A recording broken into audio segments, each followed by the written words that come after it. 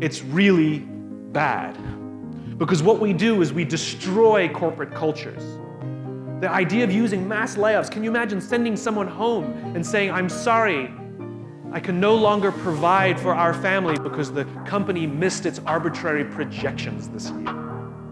That's what we're doing. That's like a coach prioritizing the needs of the fans over the needs of the players, hoping to build a great team. It doesn't work. We dismantled things like the Glass-Steagall Act. Glass-Steagall was passed after the Great Depression to prevent another Great Depression from happening. It was dismantled in the 80s and the 90s in the name of profit. Okay? Do you know how many stock market crashes we had between the Great Depression and the dismantling of Glass-Steagall? The answer is 0. And since they dismantled Glass-Steagall, we had 87, the dot-com crash, 2008. We've had 3 stock market crashes because we removed the safety mechanisms that prevent stock market crashes from happening, all in the name of individual advancement and profit. And these are the corporate cultures we've built. Corporate cultures that value numbers over people. And they are not standard business practices. They are new, and they are broken, and they are dangerous, and we're asking a young, wonderful, ambitious, amazing generation that needs us to work in these environments. Whether we like it or not, we have to take responsibility for the bad hand that you've been dealt. It is up to the companies to create an environment in which you can build your self-confidence.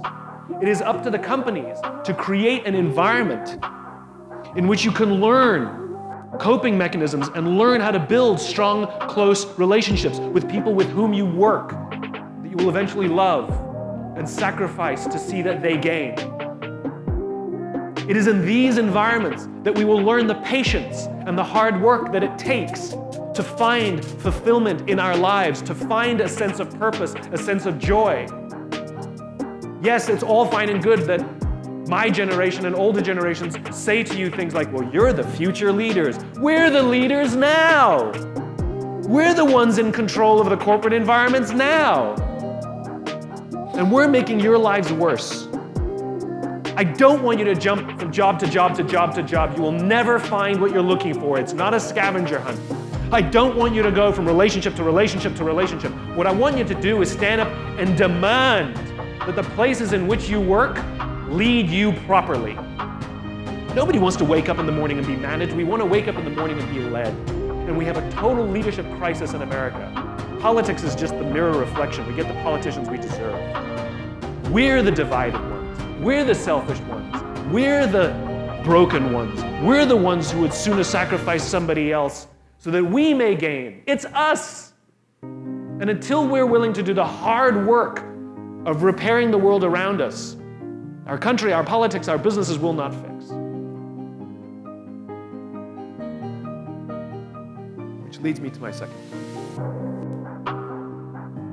Understanding the game we're playing. It's a game called work, or life, or love, whichever one you want, or all of them. In game theory, there are 2 kinds of games. There are finite games and there are infinite games. A finite game is defined as known players, fixed rules, and an agreed-upon objective. Baseball. We all agree what the rules are, and at the end of 9 innings, whoever has more runs, we declare the winner, and the game is over. No one ever says, wait, if we can just play 3 more innings, I know we can come back and win. It doesn't happen. Right? You have winners and you have losers. Right? Then there's an infinite game. An infinite game is defined as known and unknown players. The rules are changeable, and the objective is to keep the game in play, to perpetuate the game. When you pit a finite player versus a finite player, the system is stable. Baseball is stable. When you pit an infinite player versus an infinite player, the system is also stable. The Cold War was stable because there can be no winners and losers. It doesn't exist. That's not a scenario we want. So you keep the game in play to keep it stable. And in an infinite game, because there are no winners or losers, what happens is players drop out when they run out of the will or the resources to play. And then they're replaced by other players. The game perpetuates, the players change out. Problems arise when you pit a finite player versus an infinite player. Because the finite player is playing to win, and the infinite player is playing to stay in the game. And the finite player will always get frustrated. They will find themselves in quagmire. This was the United States and Vietnam. We were fighting to win. They were fighting for their lives.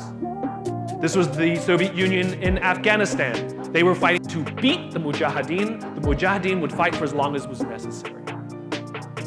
Now, let's look at the game of business. The game of business is, by its very definition, an infinite game. It has pre-existed before every single company on this planet ever existed, and it will outlast every single company on this planet.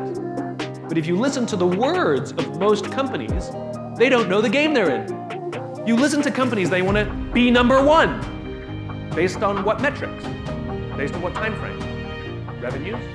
Market share? Square footage? Number of employees? Based on a quarter, a year? 5 years, 10 years, 50 years? I didn't agree to those standards. You can't suddenly just arbitrarily say we're number one. No one else agreed to the standards.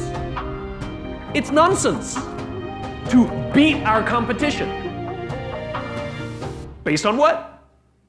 And they study their competition, trying to outdo their competition. And yet I've never heard of a company that's taken down by the competitors they know. They're always taken down by the competitors they don't know. Do you think MySpace knew that Facebook existed? They were worried about Friendster.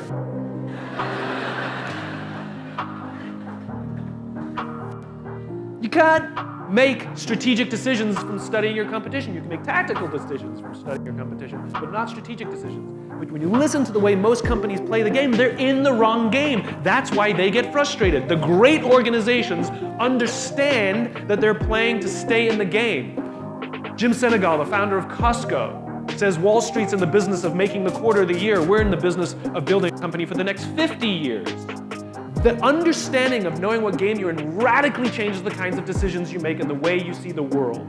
It is also tremendously confidence building. Let me give you a true story. I spoke at a education.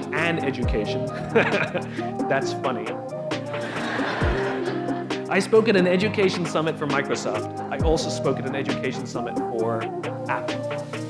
At the education summit for Microsoft, I would say that 70% of the executives spent about 70% of their presentations talking about how to beat Apple. At the Apple Education Summit, 100% of the executives spent 100% of their presentations talking about how to help teachers teach and how to help students learn. One is playing this way, and one is playing that way. One is playing finite, and the other one is playing infinite. Guess which one gets frustrated. So at the end of my talk at Microsoft, they gave me a gift. They gave me the new Zune when it was a thing.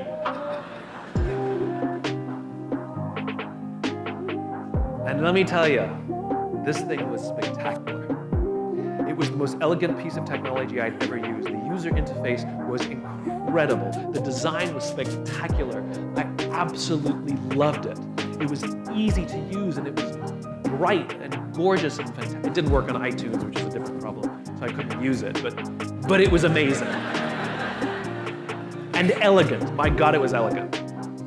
So I'm sitting in the back of a taxi with a very senior Apple executive, sort of employee number 12 kind of guy. And, you know, I like to stir pots. So I turned to him, I said, you know, Microsoft gave me their new Zune, and it is so much better than your iPod Touch. And he turned to me and he said, I have no doubt. Conversation over.